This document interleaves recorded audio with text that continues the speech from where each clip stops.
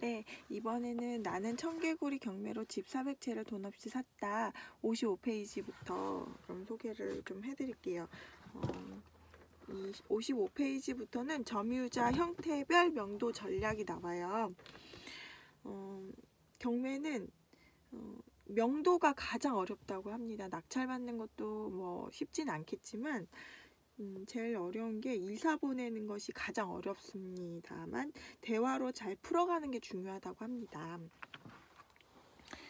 자, 첫 번째로 이제 채무자나 소유자가 점유하는 경우가 있어요. 근데 이럴 때 낙찰을 받았는데 잉여 배당금이 있는 경우에는 낙찰인이 서둘러 배당금에 가압류를 해야 한다고 합니다.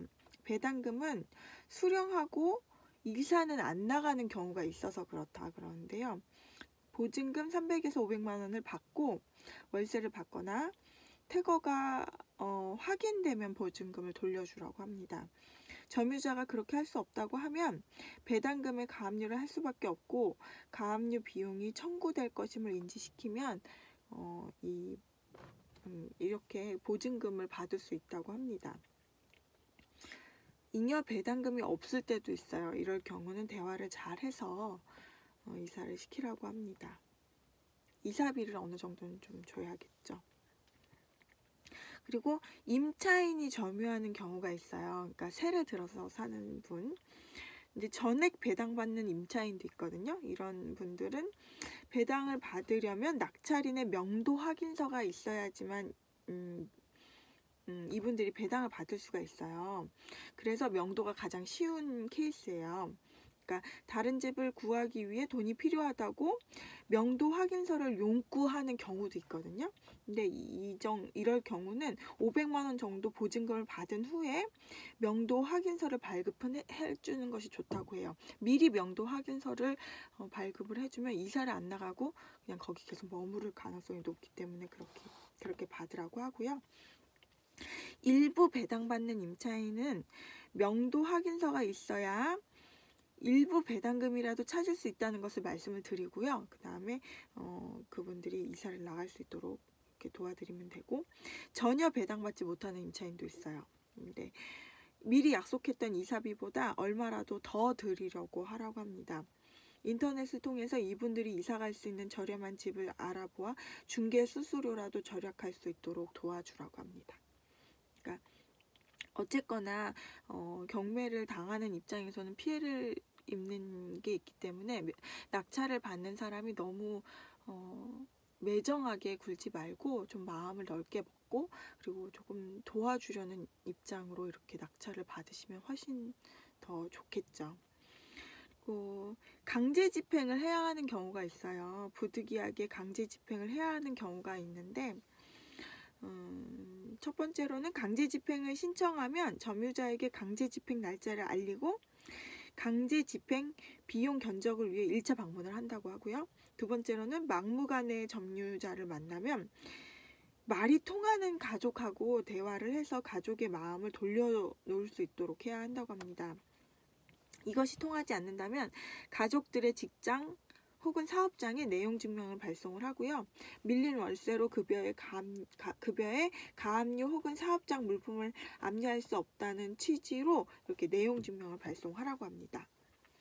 그리고 처음에 명도 초기에는 이사를 나가겠어요 이렇게 말을 하더라도 나중에는 태도가 바뀌는 경우가 있어요. 근데 이런 경우가 좀 많다고 합니다. 대화가 잘 되는 초기에 언제까지 이사를 가겠다는 명도 합의서를 우선적으로 작성을 하라고 합니다. 명도 합의서에는 언제까지 퇴거하지 않으면 위약금을 물어야 한다는 내용을 넣고 점유자의 인감증명서를 받아 놓으라고 합니다. 약속한 날짜에 퇴거하지 않을 시 강제 집행을 해도 이의가 없다는 내용도 추가하고요. 이 문구를 자필로 받으면 1차 예고 없이 2차 강제 집행을 진행할 수 있고 위약금이 발생하기 때문에 점유자도 대부분 이사를 한다고 합니다. 56페이지에는 강제 집행할 때 발생할 수 있는 문제와 해법이 나와요. 첫 번째로는 빈집인 경우예요. 그러니까 사람은 없는데 집만 있는 경우가 있거든요. 네, 이럴 경우는 인도 명령 결정문을 수령을 하고요. 강제 집행할 필요 없이 성인 2명이 입회하에 잠금 장치 해제 후 내부 사진을 자세히 촬영하고 내부의 짐이 파손되지 않도록 잘 보관하면 된다고 합니다. 카메라로 잠금 장치 해제하는 것부터 비디오 촬영을 해놓는 것이 좋다고 하고요. 빈집이라는 것이 이웃이나 관리인을 통해서 확실히 입증이 돼야 하고요. 관리실 직원을 함께 입회시키고 개문을 해야 뒤탈이 없다고 합니다. 두 번째로는 인도 명령 결정문. 송달을 고의로 안 받는 경우가 있어요. 집행관에 특별 송달을 신청을 하고요. 정확한 날짜와 시간을 맞춰서요. 점유자가 거주하는 곳에서 협상 약속을 잡아야 해요. 그리고 낙찰인과 집에서 협상하는 중에 그 송달 직원이 오면 점유자도 더 이상 그 인도 명령 결정문이나 송달을 고의로 받지 않는 것을 방지할 수가 있겠죠. 그리고 세 번째로 갑자기 다른 점유자가 나타나는 경우도 있어요. 소유자로 인도 명령 신청을 하면 집행관이 현장에 나가는데 제3자가 점유하고 있으면 그 집행 불능 조서를 작성을 하게 된다고 해요. 이 조서를 첨부해서 새로운 점유자를 상대로 인도 명령을 신청하면서 불법 점유자라는 내용과 승계 집행문을 신청하면 인도 명령 결정이 나오는데 이 승계 집행문으로 인도 집행을 다시 신청하면 됩니다. 그리고 네 번째로 내부 시설을 파손하려고 하거나 불을 지르는 경우가 있어요. 경매 대상은 법적으로는 낙찰인 소유예요. 그래서 내부 시설을 훼손하려고 하는 이에게는 형법상 재물손괴죄나 절도죄가 적용된다는 점을 숙지시키고요. 불을 지르는 경우에는 형법상 방화죄에 해당되어 엄중하게 처벌된다는 점을 꼭 알려야 한다고 합니다. 그리고 이제 집단, 단체를 명도하는 경우가 있어요. 보증금을 전액 배당받거나 집안이 누수 등 결로 등으로 매우 열악하거나 사정상 빨리 이사를 가야 하는 점유자를 우선적으로 접속해서 설득을 하면 된다고 합니다. 그러니까 여러 사람이 뭉쳐서 명도를 못하게 할 때는 가장 집이 열악한 아니면 가장 빨리 이사를 갈 수 있는 사람을 접촉을 해야 하고요. 먼저 이사가는 이들에게 더 많은 이사 비용을 지급하고 이사가 늦어질수록 높은 이자 비용 때문에 지급할 수 있는 이사 비용이 적어질 수밖에 없다는 것을 사전에 통보해야 한다고 합니다. 의외로 오래가지 못하고 하나도 이사 나간다고 합니다. 58페이지에는요. 가압류가 많으면 명도가 어렵다고 합니다. 등기부 등본에 여러 개의 가압류가 많이 걸려 있으면 통상 수준에 한 푼도 없는 경우가 있다고 해요. 이런 경우는 이사 비용으로 월세 계약을 체결해 주는 것이 현명하다고 합니다. 공간이 크고 저렴한 월세방을 찾아서 월세 계약을 체결해 주고요. 경매 사건의 매각길이 자주 변경되는 경우는 명도가 굉장히 쉽다고 해요. 이런 경우는 연체 이자를 변제할 금전적인 여유가 있다는 뜻이고요. 주변 임대 시세보다 조금 낮게 재계약을 하는 것이 현명하다고 합니다. 60페이지에는 경매 물건을 매매나 임대 시 인테리어 하는 방법이 나와요. 조명은 제일 밝고 화려한 조명을 쓰라고 합니다. 그리고 도배나 장판은 흰색 계열의 밝은 톤, 펄이 있는 것, 방산시장이나 인터넷을 이용해서 저렴하게 사시고요. 화장실은요, 세면기와 자변기는 새 것으로 교체하는 게 좋고 욕조가 지저분하다면 철거하고 부스형 샤워실로 만드는 게 좋다고 합니다. 요즘은 욕조를 좀 많이 치우는 추세라고 해요. 싱크대는 싱크대 손잡이를 전부 떼어내 밝은색 시트지를 붙이고요. 손잡이가 녹이 슬거나 오래된 모델이면 손잡이를 새 것으로 교체를 하라고 합니다.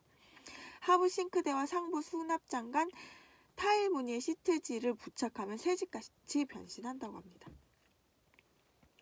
방문 같은 경우는 오래된 방문에 페인트 칠을 하거나 시트지로 재사용할 때 방문 손잡이와 경첩을 새 것으로 교체를 하라고 합니다. 비용도 2만 원 내외로 저렴하다고 해요.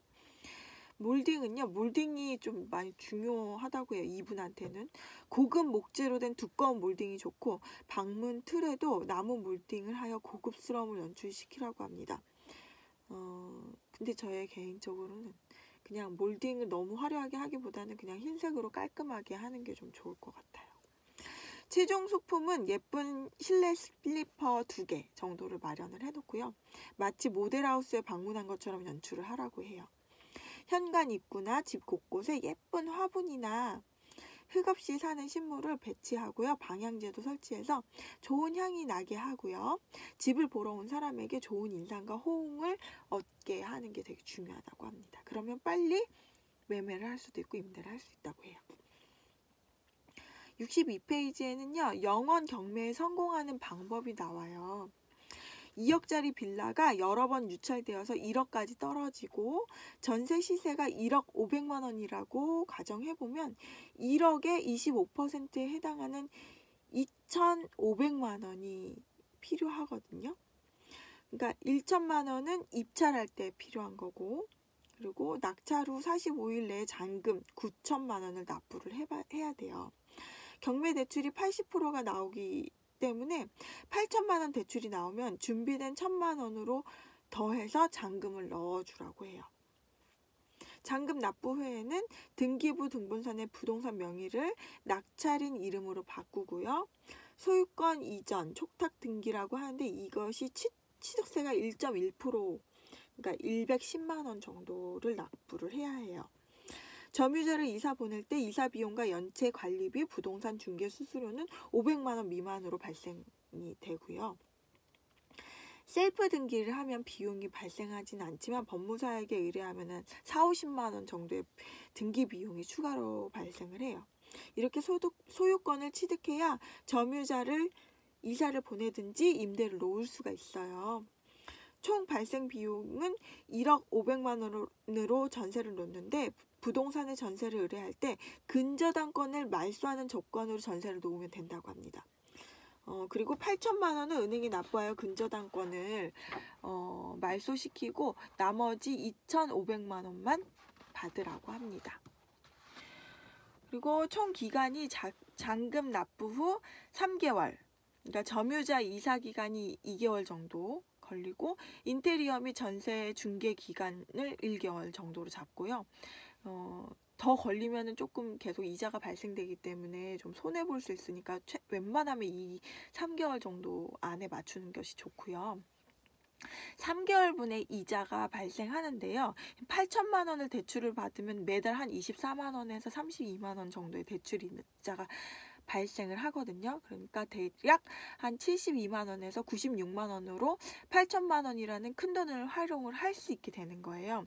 그리고 내부 인테리어를 깔끔하게 하고 전세를 최대한 많이 받거나 낙찰을 그만큼 싸게 받거나 하면 된다고 합니다. 이게 경매를 받을 때 전세가를 확실하게 확인을 하고 받으셔야 돼요. 전세가보다 너무 높게 받게 되면 손해가 좀 일게 되니까 그것을 확인을 꼭 하시고요. 68페이지에는 빌라 경매가 나와요. 이제 빌라 경매는 1천만 원에서 2천만 원 정도의 소액 경매가 좋다고 합니다. 일단 교통 접근성이 좋아야 되고 인근에 비싼 아파트가 위치해서 빌라와 가격 차이가 클수록 빌라의 매매 및 임대가 유리하다고 합니다. 그리고 부동산 중개업소가 많은 지역을 눈여겨보라고 합니다. 위치가 좋고 교통이 편리하고 임대 수요가 풍부한 빌라를 인테리어만 잘 꾸며 놓으면 새가 잘 나간다고 합니다. 전세 시세가 9천만 원인 물건을요 7,300만 원의 물건을 낙찰을 받아서 이렇게 매매 시세는 한 1억 4천만 원짜리인데 이렇게 낙찰을 받아서 전세가보다 훨씬 더 저렴하게 이렇게 낙찰을 받는 경우가 있어요. 73페이지에는 시끄러운 1층 빌라는 상가, 그러니까 근린생활시설로 용도 변경을 하여서 임대하면 좋대요. 근데 해당 관련 건축가나 도시계획가에 용도 변경을 신청을 하고요. 그럴 때 등기부 등본과 건축물 대상을 지참해야 한다고 합니다. 77페이지에는요. 반지하나 1층 빌라도 언덕 지형이면 2층과 같은 효과가 있으니까 너무 반지하를 피하지는 말라고 하고요. 81페이지에는 조망이 좋은 탑층 빌라는 매매 및 임대가 쉽다고 합니다. 옥상을 정원으로 꾸며놓는 것도 좋다고 합니다. 90페이지에는 복층 빌라는 보일러가 설치되어 있는지 꼭 살피라고 합니다. 그러니까 아래층은 보일러가 설치가 되어 있는데 위에는 보일러가 설치되어 있지 않은 경우가 있어요. 그러니까 그걸 좀 살펴보시고 불법 구조 변경이 된 건 아닌지 꼭 살펴보라고 합니다. 해당 구청에 건축가에 문의해보고 입찰을 하라고 합니다. 91페이지에는 신축 빌라 유의사항이 나와요. 신축 빌라를 분양받는 것보다는 경매로 저가의 낙찰을 받는 것이 훨씬 유리하다고 합니다. 신축 빌라는 전용 평수가 작고 베란다가 없어서 불편하기도 하다고 합니다. 그래서 가격이 빨리 떨어지는 경향이 있어요. 신축 빌라 분양 당시에 등기부 등본을 꼭 확인을 하시고요. 이 당시에 수십억의 근저당 대출이 있다면 이자에 쫓겨서 저가의 자재를 사용하여 급하게 지었을 가능성이 있어요. 12월 초부터 2월에 지은 빌라는 곰팡이 같은 하자가 있으니까요. 건축물 대장을 발급받아 준공 날짜를 확인하고 매입을 하라고 합니다. 그리고 일조권 사선 제한으로 경사가 진 빌라도 안에 내부가 굉장히 좁아 보이고 좁아지기 때문에 그런 것은 좀 피하라고 합니다. 그리고 95페이지에는 2베이보다는 3베이, 4베이 구조가 인기가 많다고 합니다. 그러니까 베이 같은 경우는 이런 거예요. 그러니까 이쪽에 방 하나가 있고 거실이 있고 또 방이 있어요. 그런 구조가 있죠. 그런 경우는 3베이예요. 근데 방하고 이제 거실만 있어요. 이건 2베이거든요. 근데 방이 있고 거실이 있고 또 방이 있고 또 옆에 또 방이 있어요. 이런 경우는 4베이예요. 이런 경우 3베이, 4베이가 훨씬 더 임대가 잘 되고 이런 구조를 사람들이 좀 좋아하니까 이런 빌라를 좀 살펴보시는 것이 더 좋을 것 같아요. 96페이지에는 신건이라도 전세 시세보다 저렴하다면 낙찰을 받으라고 합니다. 감정이 저평가된 빌라도 있다고 해요. 전세는 9,500만 원인데 낙찰을 이제 8,900만 원에 받는 경우예요. 이제 매매 시세는 더 높겠죠. 한 1억 3천이고요. 97페이지에는 재매각되는 경우에도 잘 살펴보면 안전한 물건이 있다고 해요. 전세 물건이 없어서 대기 수요까지 있는 물건이라면 잘 살펴보고 응찰하는 것도 좋다고 합니다. 이 전세 물건은 그 해당 지역의 그 부동산을 보시면 전세가 없어요. 전세가 너무 빨리 나가요. 이런 경우가 있거든요. 그걸 물어보시고 입찰을 하시는 게 좋고요.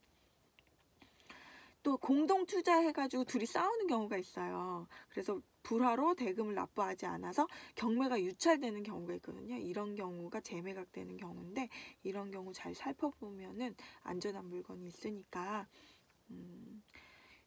낙찰을 받으셔도 좋을 것 같고요. 104페이지에는 경매 대상 물건을 세밀하게 조사하는 것이 중요하다고 합니다.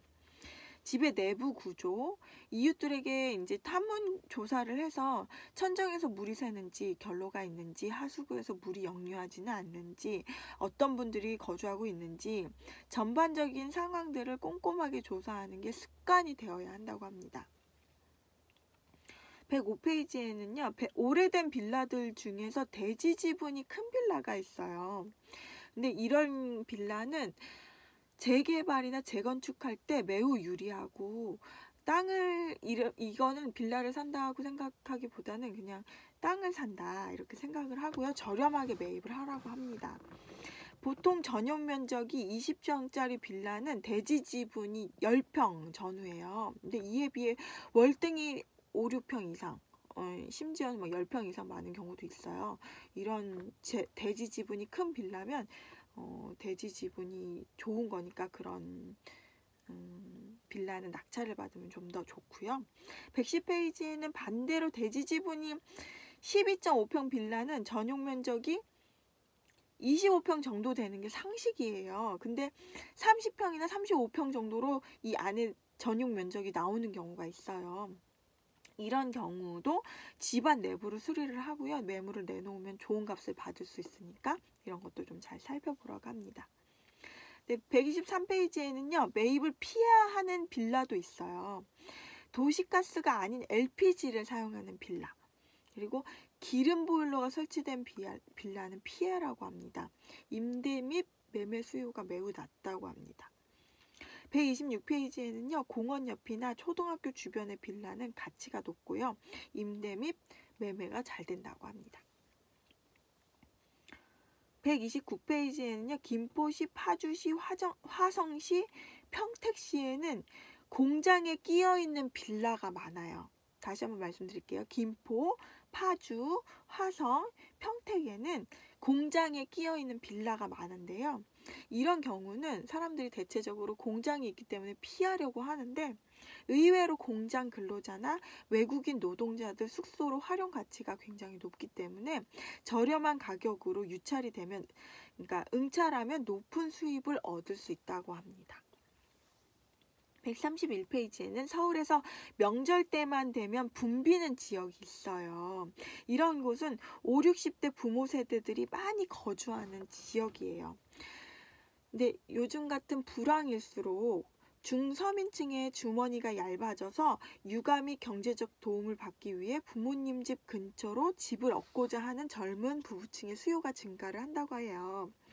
이런 곳이 어디 있냐면 강북의 수유동, 미아동, 종로구 평창동, 성북구 성복동, 동작구 노량진동, 상도동, 금천구 독산동, 시흥동, 중구의 신당동, 장충동, 서대문구의 홍제동, 은평구의 대조동, 녹번동 등이 이런 지역에 속한다고 합니다. 132페이지에는 저녁 시간에 퇴근한 직장인들로 시끌벅적한 동네가 있어요. 이런 지역은 많은 직장인들이 거주하고 선호도가 높은 지역이에요. 반면에 저녁에 도로가 어둡고 조용해지는 곳은 매입을 피하라고 합니다. 그러니까 저녁에 직장인들이 많고 불야성을 이루는 곳은 매입을 하셔야 하고요. 저녁에 너무 어둡고 막 사람들이 많지 않고 그런 곳은 매입을 피하라고 합니다. 133페이지에는요. 재개발이나 재건축으로 건물의 철거가 이루어지게 되면 거주하는 주민의 이주 수요가 발생을 해요. 이때 이주민들은 재개발 및 재건축하는 곳에서 멀지 않고 가까운 곳으로 이주하려는 경향이 있어요. 재개발 지역의 주변의 빌라는 급격한 이주 수요층의 영향으로 매매나 임대가 잘 된다고 합니다. 이런 지역들을 평소에 파악해 놓는 것도 우수한 빌라 투자 방법이라고 합니다. 근데 이거는 계속 관심을 가지고 보셔야 되는 거고요. 135페이지에는 빌라를 살 때는 꼭 가서 보세요. 그리고 경매 번지수도 잘 확인하고 경매에 입찰을 해야 한다고 합니다. 괜히 이렇게 번지수를 헷갈려서 다른 건물을 가지고 입찰을 하는 경우는 손해를 볼 수 있으니까 꼭 잘 확인하시고 입찰을 하시고요. 요즘 오피스텔 경매도 좀 많이 나오는데요. 140페이지부터 소개가 나와요. 수도권의 초역세권, 대학교 및 시청이나 구청, 법원 등과 같은 관공서가 위치하고 있는 오피스텔은 매매 가격도 저렴하고 수익률도 좋다고 합니다. 이 책을 쓰신 저자는 안산시 한양대 역 앞에 오피스텔을 2,100만 원에 낙찰을 받았대요. 그리고 6,500만 원에 전세를 놓아서 매매 시세는 이제 9천만 원짜리였다고 해요. 그런 것을 이제 낙찰을 받았다고 하고요. 고양시 백석동, 장항동, 부천시 지하철 역사 주변의 오피스텔, 인천 지하철 1호선 주변의 오피스텔 및 5대 광역시 등에도 임대 수요가 풍부한 지역이 많다고 해요. 이런 지역을 찾아내서 저렴하게 매입하는 게 중요하다고 합니다. 제일 중요한 거는 저렴하게 매입하는 게 중요한 거예요. 143페이지는 임대 수익이 주 목적이라면 도시형 생활주택을 상가 지역에서 주택 및 상가의 다양한 용도로 임대를 원한다면 오피스텔이 좋다고 합니다. 다시요. 임대 수익이 주 목적이라면 도시형 생활주택을 낙찰을 받으셔야 되고, 상가 지역에서 주택 및 상가의 다양한 용도로 임대를 원한다면 그러니까 오피스텔이 좋다고 해요. 다양한 용도는 오피스텔이에요. 오피스텔을 주거용으로 사용하면 오피스텔 외에 다른 주택을 팔 때 양도세에 영향을 준다고 합니다. 양도 시점에 업무용으로 오피스텔을 사용하였다면 주택세에 포함이 되지 않으므로 매도 시점에 주의를 기울여야 한다고 합니다. 그러니까 이것을 오피스텔을 업무용으로 쓰면 내가 다른 주택을 팔 때 이 양도세에 영향을 주질 않는데, 이것을 오피스텔을 주거용으로 사용을 하면 제가 이제 집을 다른 곳으로 팔 때 이것 때문에 양도세에 영향을 받을 수 있으니까 내가 주택을 팔아야 할 때는 이것을 업무용으로 좀 바꿔놓든지 하는 것이 좀 주의를 기울여야 하고요. 146페이지에는 지하철역에서 조금 떨어져 있는 오피스텔은 매입하기 전에 주변에 원룸 공급이 많지 않은지, 충분한 주차 공간이 있는지를 꼭 살펴보셔야 한다고 해요. 서울시 종로구 구기동의 오피스텔은 지하철에서 멀긴 해요. 근데 주변에 대형 빌라와 고급 단독주택들이 있어서 원룸이 거의 없다고 해요. 차량을 소지하고 조용하고 쾌적한 오피스텔을 찾는 수요층이 선호하는 물건이고, 공실률도 거의 없는 물건으로 6,400만 원의 낙찰을 받아서 월세로 놓았다고 합니다. 매매 시세는 9천만 원 전후였다고 해요. 역세권 오피스텔 1개 매입할 돈으로 이런 지역 오피스텔은 2~3개 매입이 가능하다고 합니다. 149페이지에는 부동산 가격이 오르고 있는 경우에는 경매를 감정하는 시점과 매각하는 시점의 시간차가 5~6개월이 있어요. 그동안 가격이 이렇게 계속 올라갈 수가 있어요. 이럴 때 저렴한 가격에 매수를 한다면 시세 차익을 볼 수 있다고 해요.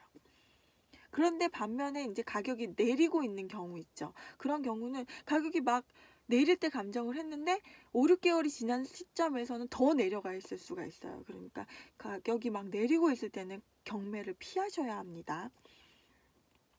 153페이지에는요. 3룸 오피스텔은 선호도가 낮은데 이 물건을 하우스메이트 임대 방식, 즉 각 방마다 임대를 주면 보증금이 별로 없는 대학생들이나 젊은 층이 선호한다고 합니다.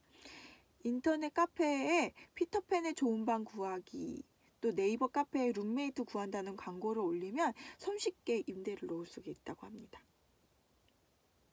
하우스메이트 방식의 임대는 풀옵션으로 집을 꾸며야 월세가 잘 나간다고 합니다. 대부분 수요층이 젊은 대학생이나 사회 초년생이라 각 방마다 침대 및 책상, 이렇게 거실에는 냉장고, 가스레인지, 세탁기 등 생활용품을 준비해 놓으면 월세가 잘 나간다고 합니다. 이런 분들은 아직 이렇게 냉장고나 이렇게 뭐 에어컨이나 이렇게 가지고 이사를 다니기가 불편해해요. 그러니까 이런 경우는 풀옵션으로 해놓는 것이 좋고요. 여러 명이 같이 살다 보니 도난 사건이 발생할 수가 있으니 계약할 때 임차인의 신상 명세서를 자세히 알아놓아야 뒤탈이 없다고 합니다. 각 방마다 자물쇠를 설치하는 것도 좋은 방법이고요. 아니면 옷장에 자물쇠를 설치해 놓는 것도 좋은 방법이에요. 158페이지에는요. 대개는 주택용 오피스텔이 잘 나가는데 업무 밀집 지역으로 지하철과 가깝고 사무실 수요가 상당한 지역은 오피스텔 사무실이나 주거용으로 임대를 주면요. 잘 된다고 합니다. 주거용으로 개조할 때는 난방, 수도, 온수, 배관 설치, 하수관 설치를 관리사무실에 문의를 한 다음에 공사를 하셔야 해요. 층고가 높은 오피스텔은 복층으로 만들어 임대를 놓으면 효율이 높아진다고 합니다. 비용은 350만 원에서 500만 원 정도로 발생한다고 합니다. 161페이지에는요. 화장실과 샤워실을 공동으로 사용하는 고시원 같은 오피스텔도 지역이 좋고 초역세권이고 지하철 3호선 남부터미널역 같은 서초구 서초레몬 오피스텔 같은 경우, 이런 경우는 5천에서 6천만 원의 낙찰을 받아서요, 보증금 500에 월세 40을 받을 수 있다고 합니다. 초역세권인 경우는 화장실이나 이런 샤워실을 공동으로 사용을 해야 해도 이런 곳에 월세를 들어오려고 하는 분들이 많으니까 저렴한 가격에 낙찰을 받아서 이렇게 월세를 받으시면 되고요. 163페이지에는 홍대, 신촌, 종로, 명동, 강남역 인근에서는 오피스텔을 활용한 게스트하우스가 인기를 끌고 있어요.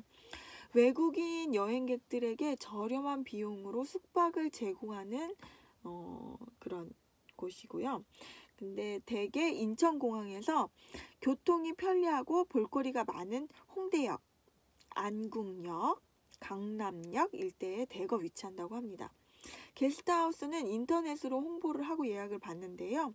합리적인 비용으로 게스트하우스 내부를 잘 꾸미면, 너무 많은 비용을 들이면 안 되고요. 합리적인 비용. 1인당 하루 숙박료 3만 원으로 받을 수 있고, 약 10평 정도의 복층형 오피스텔은 8명 정도 숙박이 가능하다고 합니다.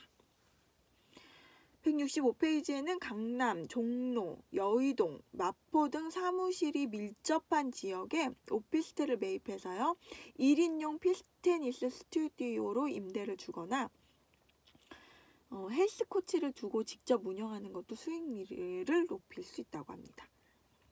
168페이지에는요, 땡처리 미분양 오피스텔, 빌라, 아파트는 싸게 낙찰을 받아서 임대를 놓는 방법도 있어요.